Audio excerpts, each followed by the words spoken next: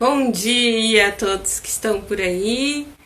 Vamos começar mais um evento aqui no perfil. E hoje, a proposta de hoje é fazer o primeiro dia do ciclo de debates das mulheres advogadas sobre direito de família. E hoje nós temos três convidadas, umas 9, umas 10 e outra às 11 horas da manhã. Olá, bom dia, prova! E são três convidadas, umas 9, umas 10 e outras 11 às 9. Nós vamos falar sobre guarda compartilhada na pandemia com a doutora Juliana Dutra. Às 10, nós vamos falar sobre inventário extrajudicial com a doutora Sandra Penning. E às 11 da manhã, nós vamos falar sobre características da alienação parental com a psicóloga e advogada Luciana Barnett. Tá bem? Então, vocês podem ficar acompanhando aqui, em seguida eu encerro uma live e um pouquinho, imediatamente depois, já iniciamos uma outra live na sequência da programação que está no meu feed e também eu coloquei no Stories. Então, para quem quiser acompanhar, pode acompanhar por aqui e também através da página do Facebook, que é a @Jaqueline Machado Advocacia, tá bem? Eu só vou. Estamos esperando a nossa convidada chegar, a doutora Juliana Dutra, e eu vou dar um oizinho aqui para ela e vou começar a compartilhar já lá no Facebook. Vamos chamá-la para nossa.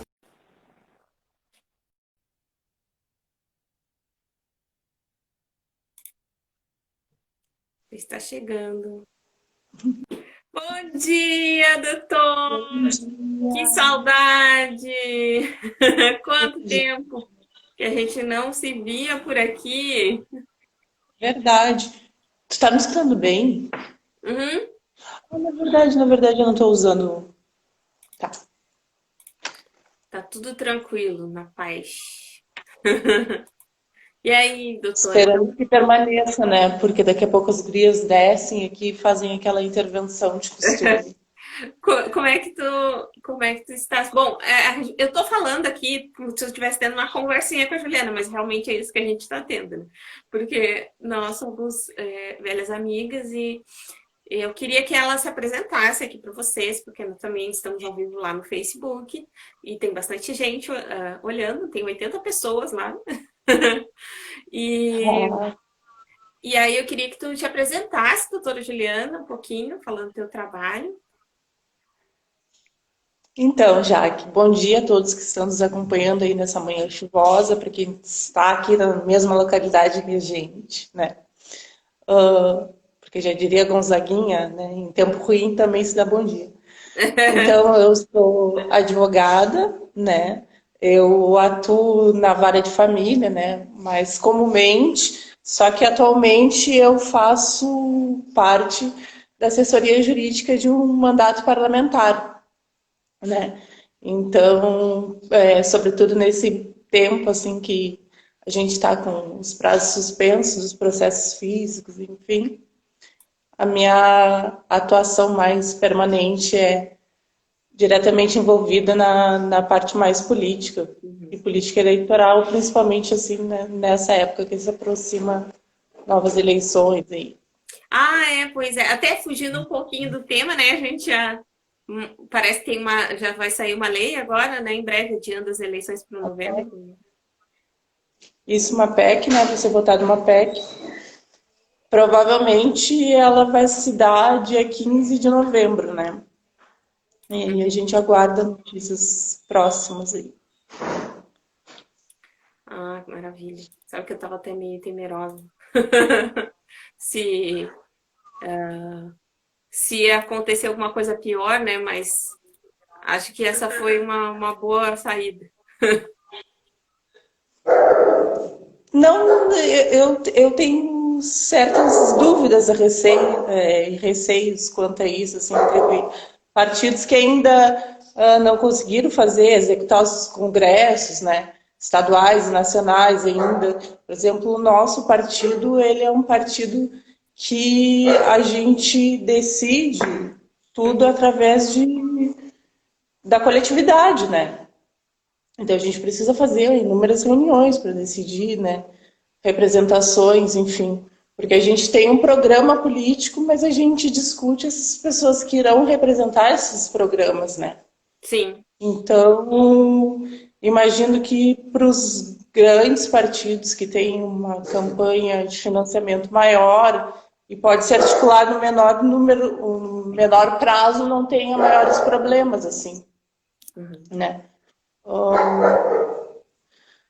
Enfim, aguardaremos apenas e vamos ao ponto que nos trouxe até aqui. Vamos então, vou apresentar aqui o que se trata de ciclo de debates, né? Só um momentinho. Senão daqui a pouco tem um monte de gato invadindo a nossa, nossa conversa. Eu tô com um cachorro também. Acho que está ouvindo. Bom, o ciclo vai ter um número de interferência. O ciclo de debates das mulheres advogadas, como toda a proposta que eu tenho aqui no perfil, é uma proposta voltada, né, para empoderar as mulheres advogadas. Ai, minha mãe acordou cedo para me ver, gente. Olha lá, que amor. Para empoderar as mulheres advogadas. Para empoderar as mulheres advogadas, né, a gente vem aqui e mostra o trabalho, fala sobre a carreira todas as quartas-feiras, e as convidadas que já passaram elas na advocacia vão voltar aqui sempre para conversar sobre outros temas. E hoje a escolha foi para fazer uma roda de conversa, na verdade, um debate sobre direito de família e alguns temas que circulam o direito de família e que são bem atuais. Por exemplo, a guarda compartilhada e como ela vai ser exercida no tempo da pandemia. Né? E a minha pergunta inicial aqui, Juliana, acho que não seria uma pergunta, acho que mais a dinâmica seria essa, a gente ir debatendo, né, sobre a guarda compartilhada na época de pandemia, mas primeiro a gente precisa explicar, eu acho, né, para quem não conhece, não sabe o que é uma guarda compartilhada, que não são só advogados que vamos visitar aqui. Ô, doutora Priscila, tudo bem? E não são só advogados que vamos visitar, acho que a gente teria que explicar um pouquinho antes, né, o que é a guarda compartilhada. Né, Jaque? Então, acho, como tu pontuaste a questão do empoderamento da mulher, acho que também cabe a gente dizer que a guarda compartilhada, ela faticamente, ela existe quando ambos pais convivem debaixo do mesmo teto, digamos assim. E aí, de fato, eles exercem a guarda dividindo os mesmos direitos, obrigações, tempo integral, né, de convivência com a criança, enfim. Né? Porque a gente tem toda uma questão histórica aí do que os cuidados com a maternidade eles são sempre relegados à mulher, né? E ainda que em 2014 a gente tenha esses direitos sobre a questão da autoridade dos pais serem equiparadas, né? Ainda assim, costuma-se ficar a mãe como guardião dessa criança, né? Porque a gente costuma fazer também essa confusão, popularmente, de que a guarda compartilhada seria uma guarda alternada. A guarda alternada, de fato, ela não existe aqui no Brasil, né? Geralmente, a mãe é a guardiã e tem a casa de referência e o pai divide aqueles mesmos direitos e responsabilidades sobre, né, a formação, a educação, a formação psicológica, que eu digo, o acompanhamento de personalidade, participando de todos esses momentos. Mas, de fato, não costuma ser muito bem dividido. Eu vou ter que fechar meu WhatsApp, senão vai começar a entrar mensagens. Então, é isso aí, já que a partir de 2014, o que aconteceu foi que mudou-se essa cultura de que a guarda automaticamente seria da mãe, que ela seria uma guarda unilateral em casos excepcionais, né? Ficaria com o pai, assim dizer, e hoje a guarda é como regra compartilhada. Porém, a gente ainda tem essa cultura, né, de ter a casa de referência, porque tem toda uma questão teórica, assim, que o direito se baseia muito na questão psicossocial, de que a criança seria prejudicada se tivesse dois domicílios, não tivesse uma referência, né? Contudo, a gente sabe que existem países que trabalham com a questão da guarda alternada, né? E existem estudos, sobretudo europeus, eu não trouxe fontes aqui, mas eu estava dando uma lida para a live, em que eles indicam que é muito mais prejudicial os casos em que existe abandono afetivo, né? Por exemplo, na Argentina, tem um estudo que fala que após a separação, 40% dos casos nos 5 primeiros anos, né, os pais costumam ver o filho uma única vez no ano, né? Isso aí é muito mais prejudicial, né? Aí tu imagina, 40% dos pais que se separam nos 5 primeiros anos, né, costumam ver uma única vez ao ano, em média, né? Isso é muito mais prejudicial do que tu conseguir alternar a guarda, né? Então, de fato, a gente não tem estudos fáticos aqui, né, de fatos, assim, para saber os impactos psicológicos que teriam. A gente não tem uma evidência científica para isso, para a gente poder... No Brasil...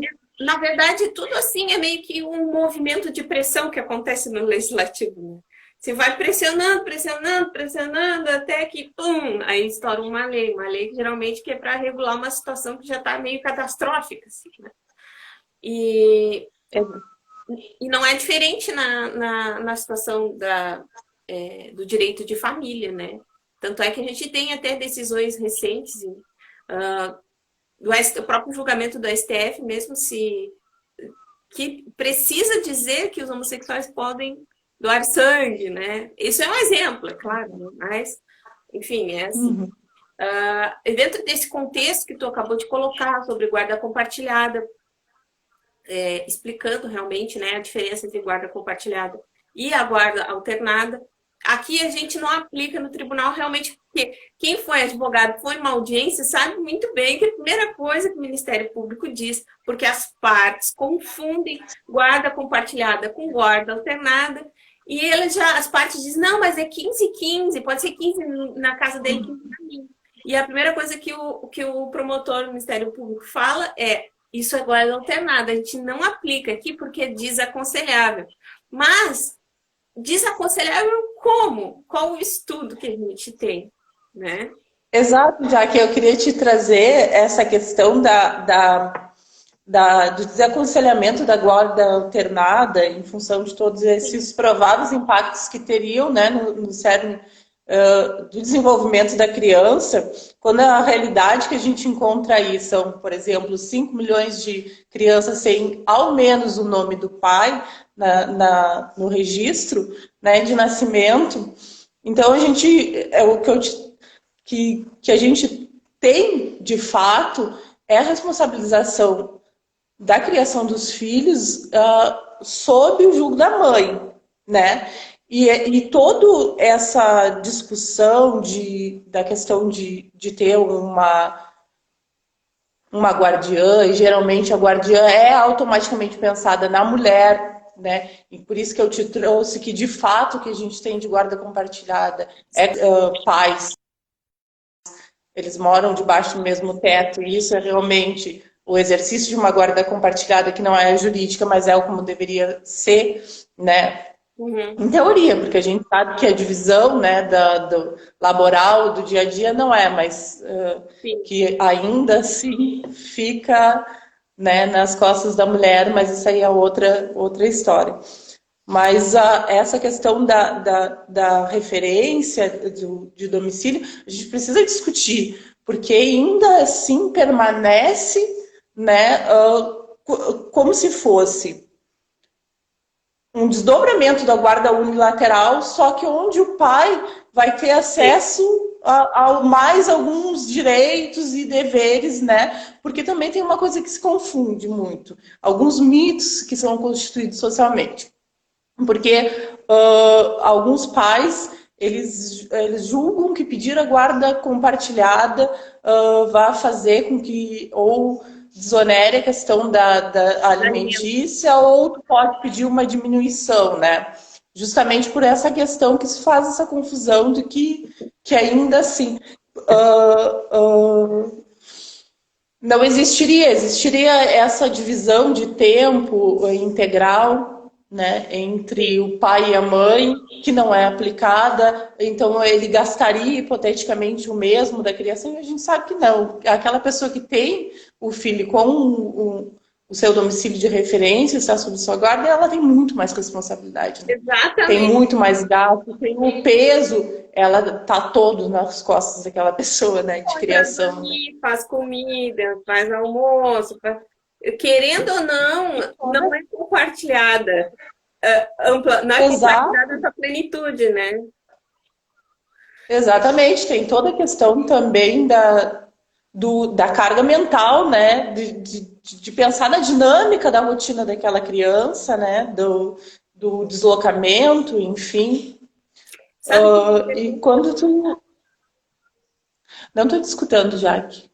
Não?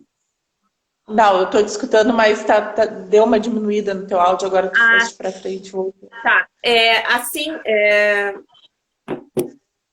a questão é o seguinte, né?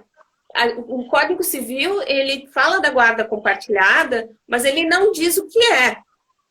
E esse é um grande problema, porque não fica pré-estabelecido na lei, exceto na doutrina, né?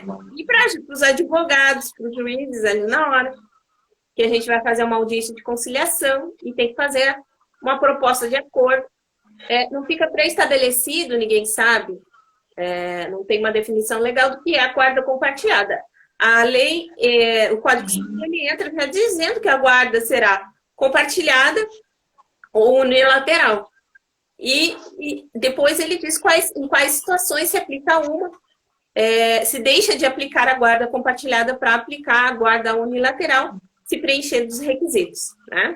Então, a gente não tem uma definição do que vem a ser, quais são as exigências e os deveres dos pais da guarda compartilhada.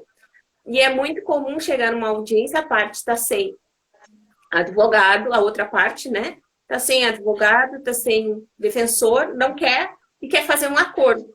O juiz ele é obrigado a explicar na audiência para aquele genitor o que é a guarda compartilhada, porque a lei diz que o juiz é obrigado a explicar, né? Então, chegando na audiência, o juiz é obrigado a explicar. Muito bem. Guarda compartilhada é isso. O senhor aceita? Aceito. Mas é muito difícil para uma pessoa, no mesmo ato, entender o que é a guarda compartilhada, saber quais são as suas responsabilidades em relação ao menor com a guarda compartilhada e entender os reflexos disso na sua vida, na sua rotina, o que vai mudar. A gente sabe muito bem que a guarda compartilhada é a divisão de absolutamente todos os deveres e todos os direitos em relação ao menor, né? De forma equitativa, exatamente como tu falou, como se exercia antes da separação, porque em relação ao menor, né? Não em relação ao casal. Mas o que eu quero perguntar para ti, Juliana, é que e quando isso a gente entende que é possível que ocorra quando existe um diálogo, né, entre as partes, quando o pai o genitor e a genitora, ou o genitor e genitora, ou o genitor e genitora, eles têm um diálogo entre si, né, conseguem conversar para estabelecer quais vão ser os limites, como é que vai se coordenar esse exercício da guarda, né? E quando não tem esse diálogo? Eu tô rindo porque eu me lembrei uma vez o que a juíza falou para uma cliente minha, né? Ela falou assim, A senhora deu um jeito de conseguir dialogar, né? O direito de convivência é da criança, gente. Vocês são adultos, vocês têm que ter responsabilidade, vão ter que arrumar um jeito de dialogar, né? E aí, Porque gente, é inadmissível que as pessoas, né, salvo se essa pessoa, se essa convivência se dê de uma maneira extremamente tóxica, agressiva, onde exista violência, né? Se for derivada de ressentimentos, de um rompimento, de divergência de gêneros e criação, gente, a gente vai ter que aprender a ser adulto. A gente vai ter que aprender a dialogar e a gente vai ter que aprender, porque quando a gente fala de guarda, a gente está falando de poder, a guarda já é uma coisa que é um termo que é meio. Parece que tu está lidando com um objeto, né? Acho que é mais cuidado. interessante que a gente compartilhe convivências, né?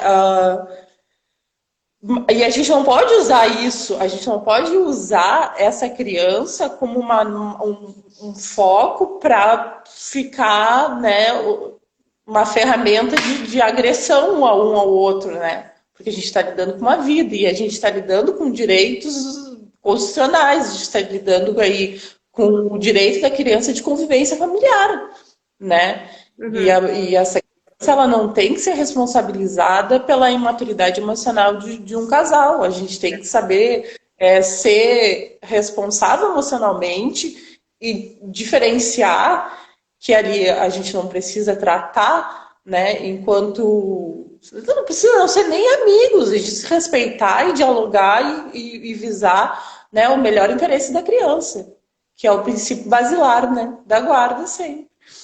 De tudo, né, no direito de família, o melhor interesse da criança, na verdade, né? É que é difícil para o pai. Eu tô com o meu roteirinho aqui, viu? Não, eu estava tentando achar o número da lei da guarda, mas isso vai ser relevante aqui.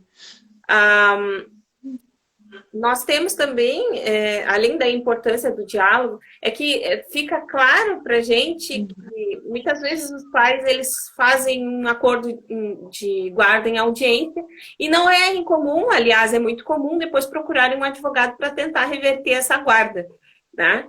E a gente sabe que é uma coisa muito difícil, sim. Em casos de violência, né? De maus tratos, porque isso envolve diretamente o exercício do poder familiar, né? E eu trouxe essa questão justamente por causa disso, porque como é importante a gente fazer um acordo lúcido na audiência, que as partes tenham pleno conhecimento dos efeitos de tudo que vai ser dito ali, que vai ser tratado, que vai ser acordado, e isso é uma coisa quase perpétua, né? Depois. Mas eu te entendo que tu traz, assim, mas eu já sei muito mais a lei de 2008 do que a de 14. Eu penso que esses casos devem ser vistos como exceção, porque o certo mesmo, o correto que está sendo aplicado, eu acho é um avanço tremendo, porque é isso que eu te disse, a gente só tem que trabalhar culturalmente a questão da guarda, porque ela precisa ser, porque a gente precisa incutir, né, nos homens, né, eu não gosto de usar a palavra também genitor, eu gosto de usar a palavra genitor só para aqueles casos excepcionais, onde porque pai pode ser pai socioafetivo, que não tem necessariamente a ver com genes. O genitor é aquele que deu a sua carga genética e abandonou efetivamente. Às vezes o genitor também é, enfim, pá. Mas o que eu estava te dizendo, a gente precisa incutir na cabeça dos homens de que eles necessariamente precisam dividir a responsabilidade integral com as crianças. Enquanto a gente usar isso e dizer e continuar nessa questão de que a mulher foi forjada desde a sua infância a brincar de boneco, o homem não sabe, o homem brinca de carrinho, então a mulher tem mais trato. responsabilidades, etc. e tal, vai ficar ainda sempre aqueles resquícios de que o homem não tem competência para lidar com a criação de uma criança tal qual a mãe. E eu vejo muito isso nelas. As mães são muito temerosas, ela não vai saber lidar. Gente, deixa. Como você está falando, a gente vai ter casos excepcionais. Nesses casos, sim, a gente vai ter dispositivo legal que nos concede a guarda unilateral, né? Ou nos concede caso a caso, não é não só para mulher ou homem, enfim, a gente ainda vai ter para esses casos excepcionais a guarda unilateral. A gente precisa trabalhar essa questão de integralizar de fato a guarda compartilhada. Incutir que a responsabilidade são dos dois. A gente precisa, até porque fica muito pesado, a gente precisa, né? Isso é bom para o próprio desenvolvimento emocional da criança, né? Essa questão que a gente estava falando de trabalhar... Eu concordo contigo, concordo plenamente. A guarda compartilhada é aquilo que deve ser aplicado de forma ampla e restrita pelo melhor interesse do menor. Só acho que falta uma educação, né, sim, com certeza, né, dos separantes em relação a como ela deve se dar. E principalmente, acho que o meu pensamento converge com o teu, justamente quando a gente sabe que a maior parte da guarda, de fato, é assim, né, a maior parte da guarda fica a cargo materno. Então, né, existe essa sobrecarga. Então, a gente entende que deve existir uma maior educação. Por exemplo, se o fórum, as varas de família oferecessem um curso, né? Um curso sobre guarda compartilhada para o pai e para a mãe, ou que fizessem um acompanhamento até dentro da própria vara de família, para não precisar essa mãe ir até o judiciário. Às vezes ela só quer que o pai veja o filho. Aqui a Ju está falando também, ó, Ju Costa. Tem também casos que o pai é maravilhoso, se relaciona bem com a mãe, mas financeiramente não é participativo. Também tem esses casos, né? A gente não pode... mas só que isso aí é outra coisa que eu converso bastante com meus clientes, né? Quando o pai tenta negociar essa questão dos alimentos... alegando um período de recessão e não tem naquele momento e como é que faz, só que a mãe é sempre se vira, a mãe não pode simplesmente dar um stand-by e guardar a criança numa caixinha, né, e fica tudo a cargo dela e daqui a pouco, não, eu vou dar pausa aqui na criança e quando a gente puder alimentar ela, a gente alimenta, né, isso aí também é um fator que é mais um resquício de que a responsabilidade sempre se dá a cargo materno, né? E também tem a ver com essa questão que a gente precisa desmistificar da questão do guardião, né? Porque o guardião sempre vai ser o responsável maior, né? Por isso que não é integral, por isso que aqui não é aplicado uma guarda compartilhada integral, que eu estava te falando, que ela, de fato, só é exercida debaixo do mesmo teto, sob o mesmo convívio. Exatamente. E um outro aspecto, doutora, até a gente já falou sobre isso, né, que seria o domicílio de referência do menor, que tem muito pai, muita mãe que acabam confundindo a fixação de um domicílio de referência com a fixação de como se fosse a guarda unilateral. Então, eles não conseguem entender que é necessário que haja um domicílio de referência fixado, porque, geralmente, na guarda unilateral, a gente diz que a criança vai ficar com o menor, né? Que o menor vai ficar com um determinado pai ou determinada mãe, enfim, com um dos genitores. Então, desculpa, falei genitores de novo. Não, mas tranquilo, eu falei que eu não gosto de usar. Então, mas é o poder das palavras, né, Jaque? O poder das palavras também. Como eu estava querendo te falar, guarda, quando a gente discute guarda, não seria melhor a gente discutir convivência compartilhada, por exemplo? Porque guarda me parece um objeto, né? E a gente ali, na verdade, tá tratando de convivência, né? a questão também do pátrio poder que passou para o poder familiar, e seria hoje muito mais avançado a gente falar autoridade parental, por exemplo, porque não é poder, a gente não tem poder, né? Deveria destituir essa questão do Aham. poder, né? Enfim, mas é como tu estavas falando da questão da casa de referência, eu te interrompi, desculpa, mas é que a gente vai voltar àquilo. Eu Fluido. trouxe, essas questões mesmo para polemizar mesmo, assim, para falar o Não, que se traz hoje de aplicabilidade é muito baseada nessa teoria psicossocial dos impactos que vai gerar, porque a criança precisa ter uma única casa de referência.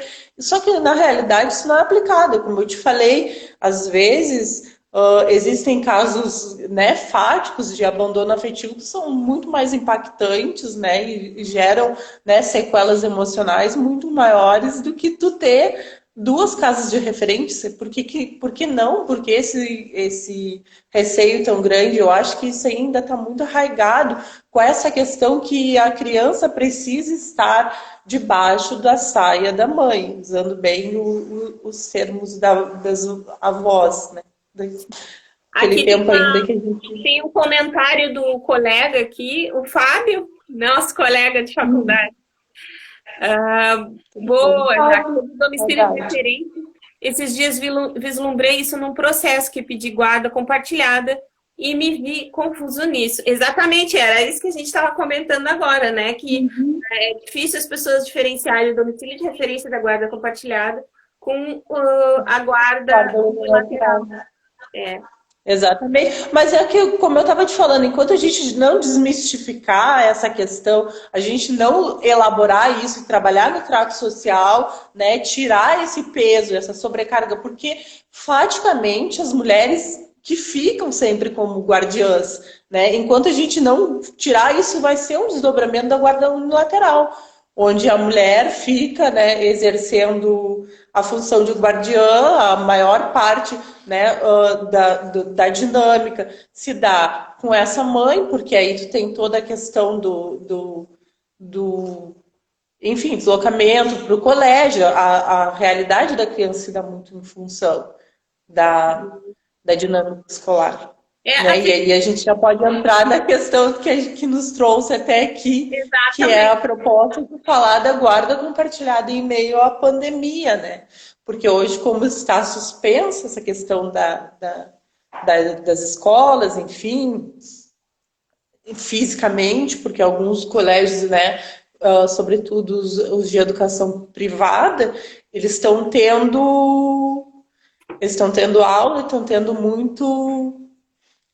Inclusive, Tem aula na uma escola, situação porque muito em casa atípica que ele traz uma sobrecarga ainda maior para a mãe, que ainda está, né, com essa atribuição de ficar com a criança permanentemente, né, e ainda lidando com um trato ainda de toda essa questão da inovação de ter que, né, ajudar, auxiliar a criança nessa etapa que é tão diferente, porque nem todo mundo tem o trato da pedagogia, o manejo do ensino, né? E é mais uma sobrecarga aos cuidados da a mulher, né? gente tem muitas. Eu vou colocar uma pergunta assim que chegou através do direct, que foi esse Uhum, Malu, tá? Ela falou assim, ó, as visitas foram estabelecidas uhum, judicialmente, certo? Ocorre que meu filho não tem um problema de saúde, mas eu tenho medo que ele, enfim, se contagie, porque o pai dele tem vendedor ambulante. uhum. E eu gostaria de saber se estou, no caso, infringindo alguma ordem judicial, no caso, descumprir, negar que o pai venha visitar o filho. Tá. Olha, nos primeiros momentos da pandemia, o que, que se deu, né? Como as primeiras orientações foram né, de se resguardar e não ter toda essa movimentação, né, da questão do distanciamento social. Então, num primeiro momento, as mulheres que tinham, eu digo mulher porque vê como isso está muito arraigado socialmente, que sou a pessoa que estou fazendo a crítica, ainda assim jogo né, as palavras me traem, né? A, a pessoa que tem, que é o guardião ou a guardiã dessa criança, digamos assim, e via que existia alguns temores quanto grupo de risco, própria saúde da criança, ou como ela traz aí a questão da pessoa que a visita, porque também não é só uma questão, a visitação também não é só um direito de guarda, né? A gente tem outros atores que também têm direito à visitação, né? Como, por exemplo, os avós, aí a gente também tem julgamentos e jurisprudência no sentido de também dar aos tios, enfim. E aí entra toda essa questão que essas pessoas também teriam direito à visita dessas crianças.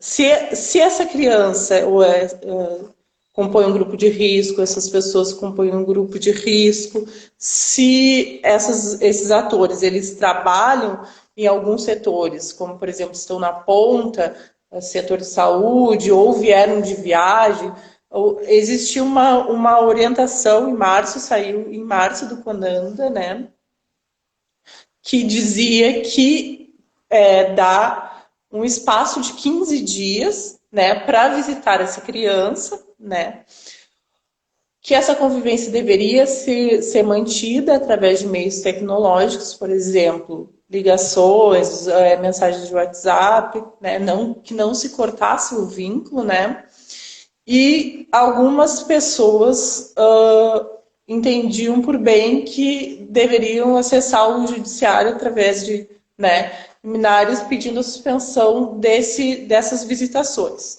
Neste primeiro momento foi dado, né? Foi entendido que a orientação da Organização Mundial de Saúde era realmente para que diminuísse a movimentação externa, enfim, era um momento, né, que precisava se consolidar. Hoje a gente tem o que se chama de jurisprudência de crise, né? Então a gente tem outros entendimentos que precisam ser avaliados caso a caso. Mas a princípio a visitação ela está mantida sim, né? Aí tu precisa resguardar alguns cuidados, como por exemplo a questão da saúde da criança. Acho interessante, né, que se perceba, no caso concreto, o direito de família é muito subjetivo, a gente não tem uma regra para te dizer, não, acontece assim ou assim, assim. No caso dessa pessoa em específico, o genitor dela, de novo, ele está em deslocamento permanente, e a criança tem um problema de saúde, né? Foi isso que ela falou, e ela é temerosa quanto isso. Não tem problema de saúde, né? Ela só tá com medo que ele pegue coronavírus. A criança, pois é, mas que comumente a criança é muito mais vista como um vetor, né? Ainda que exista é muito difícil falar, a gente precisaria analisar o caso concreto, o fato que a gente sabe que as visitações estão sendo mantidas sim, sobretudo existem meios, existem canais que eles precisam permanecer, o vínculo ele não pode ser rompido, e esse momento ele não pode ser usado como uma desculpa, digamos assim, para afastar, né, a criança da convivência de um dos familiares, né?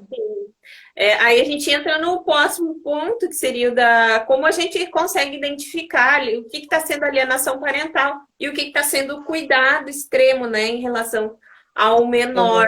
Né? Uma coisa que eu acho que é importante a gente falar aqui é que muita gente diz, mas ele está alienando, não me deixa ver o menor, né? Então, gente, cuidado. Cuidado porque esse terreno, direito de família, quando envolve guarda e visitas, é sempre muito instável. E a gente também não está no momento bom para ficar piorando uma situação que já está ruim, né? Então, eu falei com a Maribel Felipe, acho que foi o primeiro programa que a gente fez lá no início, e ela falou, tem um bom senso. Realmente, acho que é bom senso. Você momento é a melhor solução. Mas uma dica para tentar identificar o que é alienação parental. E aí a gente vai conversar às 11 horas com a doutora Luciana Barni, que vai dar umas dicas sobre isso. Mas para identificar, a gente já sabe de antemão que tem alienação parental não começou na pandemia. Exatamente. Eu estava pensando nisso. A gente precisa ver todo o contexto, né? A gente precisa ver como é que é a relação dessa pessoa que se diz alienante, de como que é o trato dela hoje a gente está muito adoecido mentalmente, né? A gente está muito temeroso. Existem pessoas que são mais sensíveis a essa questão, assim, tem uma latência maior, né? A questão do medo da perda tem toda uma. Então, tu precisa vislumbrar e identificar mesmo, no caso concreto, o que está acontecendo, porque de repente algumas pessoas realmente podem se usar desse momento para praticar, né, um abuso, né? E às vezes não, às vezes é só um medo demasiado, porque faz parte da vivência que a gente está usando nesse período muito incerto aí, que a gente está vendo uma série de perdas, né? Uma série de adoecimento, uma angústia pelo medo do futuro, que a gente não sabe o que vai acontecer de fato, e toda essa sobrecarga laboral e de cuidados. Enfim. E quando o menor tem algum tipo de doença crônica? Pois é, esse caso concreto, eu imagino que a gente, como tu bem colocaste a questão do bom senso, eu não acredito que nenhum pai que saiba do diagnóstico de saúde do filho queira expor ele. Eu acho que é uma questão de discutir, de conciliar aí né, de manter essa convivência de outra maneira, de outros, né, ou o próprio pai se deslocar até a residência dessa mãe que a gente novamente trouxe, eu trouxe o pai e a mãe, que é uma mãe de referência. Trazendo o pai! É muito incutido, né? Né? É difícil. Os próprios profissionais, né? Que nem que se propõem a desconstruir e segue dizendo e repetindo os mesmos, e que dirá a sociedade, né? No geral, mas a gente avança e um dia a gente chega lá. Já fui a muita audiência que foi juiz, Ministério Público perguntando, mas o que essa criança tá fazendo? Por que essa criança não tá com a mãe? Por quê? Porque ela tem pai também, né? Pode ser que ela possa estar com pai. Eu tenho um filho, o meu filho Sabes, né? O meu filho mais velho, ele tem a casa de referência dele é a paterna, né? O meu mais velho, ele está aqui comigo, passando esse período de pandemia, mas a época do colégio, ele estuda próximo à casa do pai dele, então ele passa o período maior do período escolar na casa de referência do pai. Imagino que quando a criança seja maior, já seja mais fácil, ela tem um pouco de autonomia na escolha do que ela quer, enfim, né? Possa melhorar, então, essa situação, até quando o pai e a mãe não têm um diálogo. E ainda assim, eu nunca fui poupada das críticas, né? Já que ainda, né? Claro. Não foi tão novo assim, provavelmente deva ter se dado em torno dos 7, 8 anos, por aí, né? Ainda era uma criança que já tinha um certo desejo, mas ainda não tinha essa autonomia de escolha, assim, que leva em consideração a partir dos 12, por aí. Mas ainda assim, e aí eu entendia que sim, que tinha plena capacidade de cuidados e era o que ele queria no momento, e isso não significa que eu tenha menos deveres e direitos e responsabilidades com a questão emocional, enfim, né? E ele entende. Que sugestões tu daria, então, aqui para o pessoal que está passando por esse momento difícil, com um pouco de conflito, né? Na hora de estabelecer como é que vai se dar o exercício da guarda compartilhada na pandemia. Terias algumas sugestões? O que os tribunais dizem? Vamos voltar à questão do bom senso, gente. Vamos usar o judiciário em última instância mesmo, assim, e tem outras ferramentas de mediação, né, extrajudicial. Vamos tentar conversar, vamos tentar sentar e ver caso concreto, né, o que é que está acontecendo, o que dá para...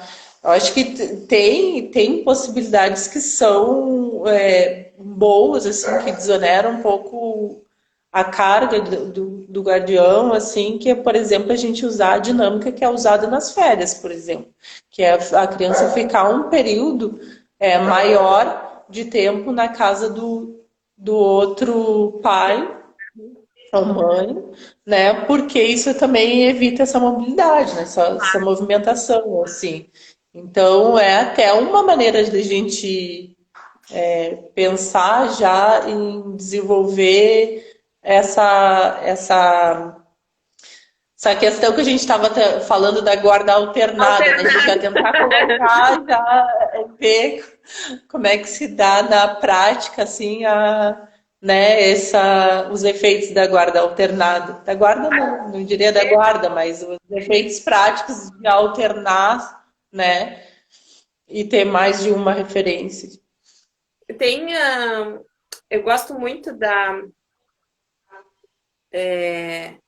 de ficar lendo a página do IBDFAN, né? E tem uma série eu não me lembro agora o nome da autora, mas foi um artigo que eu li dela, né, uma advogada de São Paulo, falando sobre como ela está fazendo com os clientes, né, que tem que visitar, enfim.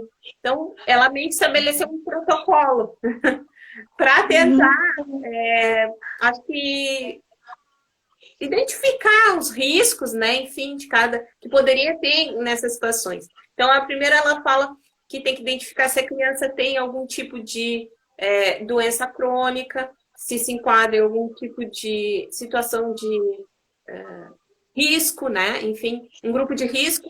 E aí, nesse caso, ela aconselharia tanto o cliente dela quanto a outra parte a fazer a visita através do meio virtual ou então uma visita assim na frente de casa, né? O pai vai até a frente de casa.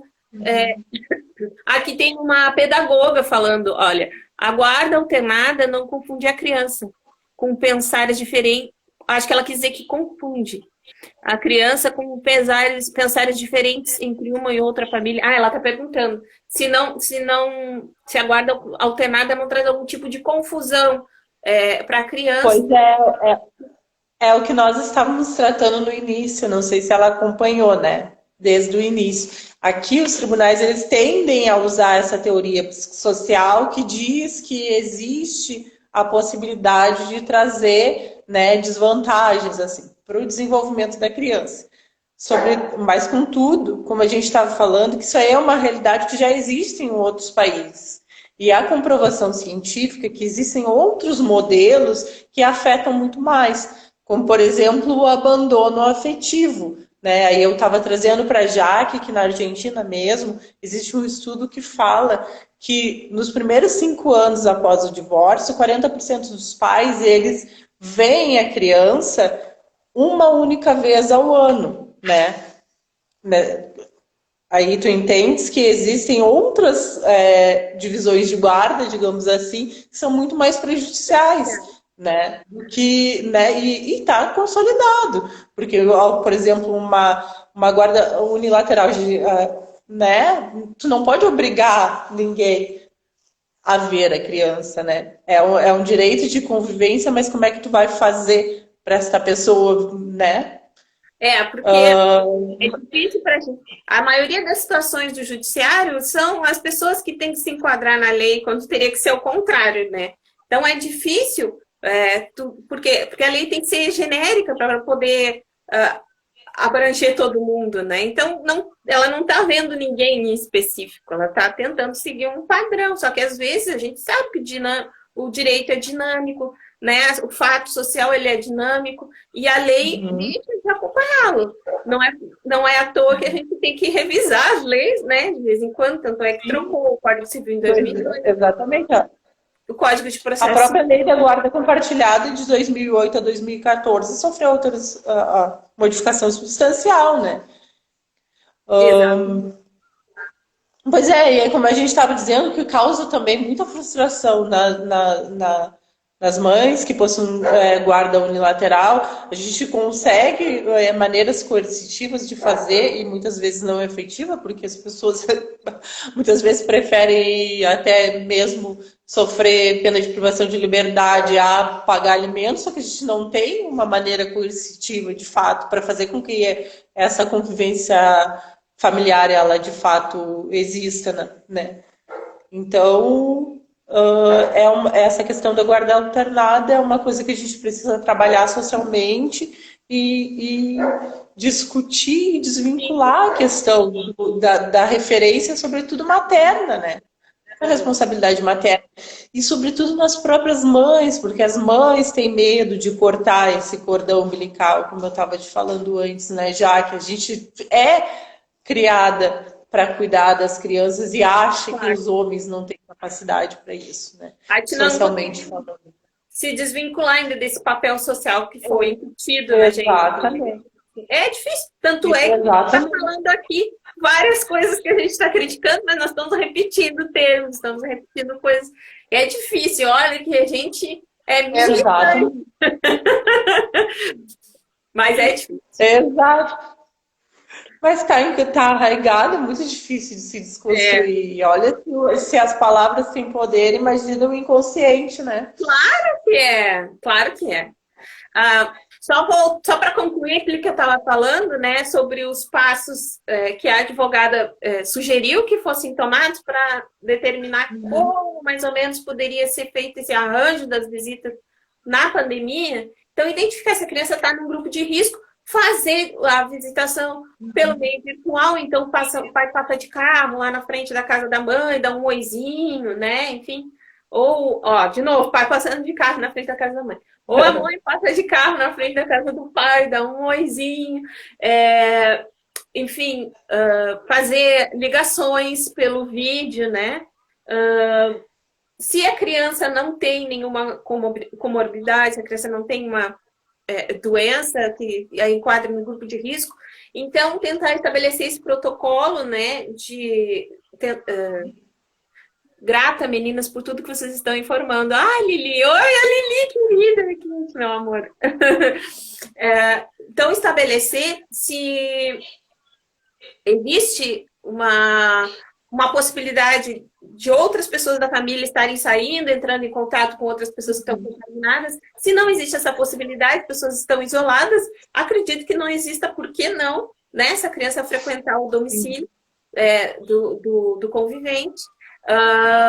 E se ambos os pais também estão em contato, trabalhando, né, enfim, acredito que não tenha por que não manter também essa visita exatamente como ela era feita antes, né? Até porque a criança também já está confusa com esse período, né? Não é fácil para ninguém, mas essa mudança ainda... Sobretudo se a criança é muito pequena ainda, que ela não tem ainda a leitura de mundo, né? A leitura do que está acontecendo, é extremamente importante que não se rompa esses laços e se mantenha a convivência familiar de algum modo, né? Exato. Ainda que por esses meios eletrônicos, como tu trouxeste, ou esses meios mais frágeis, digamos assim, como um olhar de longe, né? Saber que existe ainda aquele vínculo de afeto, cuidado, né? De se importar, de cuidado, exato. Então tá, doutora, gostaria de agradecer muito a tua presença aqui hoje. Ela cedeu um pouquinho do tempo dela, porque ela passa a manhã inteira trabalhando na Câmara de Vereadores, né? E eu queria agradecer muito, é sempre um prazer te ter aqui, Juliana, minha grande amiga. Para mim foi tão gostoso, passou tão rapidinho. É, né? Obrigada, então, pelo convite. Eu queria agradecer mais uma vez a oportunidade dessa troca contigo, que é sempre tão afetuosa e acrescenta muito, sempre constrói muito, né? Obrigada. A mim é uma satisfação imensa sempre estar contigo. Tu sabe da admiração que eu tenho imensa por ti. E eu estou sempre à disposição para quando tu quiser, Tá, né? Então, eu obrigada. gostaria de dar um bom dia para todos que estão nos acompanhando ainda e dizer para continuar acompanhando a Jaque ainda, que ela tem mais, no mínimo duas aí, né? Atividades Agora a hoje gente ainda vai pela manhã. conversar com a Ana, com a Sandra Penning sobre inventário extrajudicial, que também é um tema afeto do direito de família e segue toda a linha de tudo que a gente está falando aqui. A linha principal do debate de direito de família é resolução de conflitos, né? Resolução alternativa de conflitos ou então composição judicial, tá? Exatamente o que a Juliana trouxe aqui. Nós conversamos o tempo inteiro sobre isso, né? Sobre uma composição extrajudicial desse conflito. Então, eu gostaria de agradecer a todos que estiveram por aqui. Às 10 horas nós vamos voltar, então, com a doutora Sandra Penny, e para a gente conversar sobre inventário e extrajudicial. Tá? Um abraço. Obrigada, doutora Juliana. Obrigada. E aí, quem quiser mandar dúvidas, pode enviar dúvidas sobre o tema das visitas para a doutora Juliana ou para aqui no meu Instagram, que a gente vai responder no privado, tá bem? Tá bom, obrigado. Beijão, tchau, tchau. Tchau.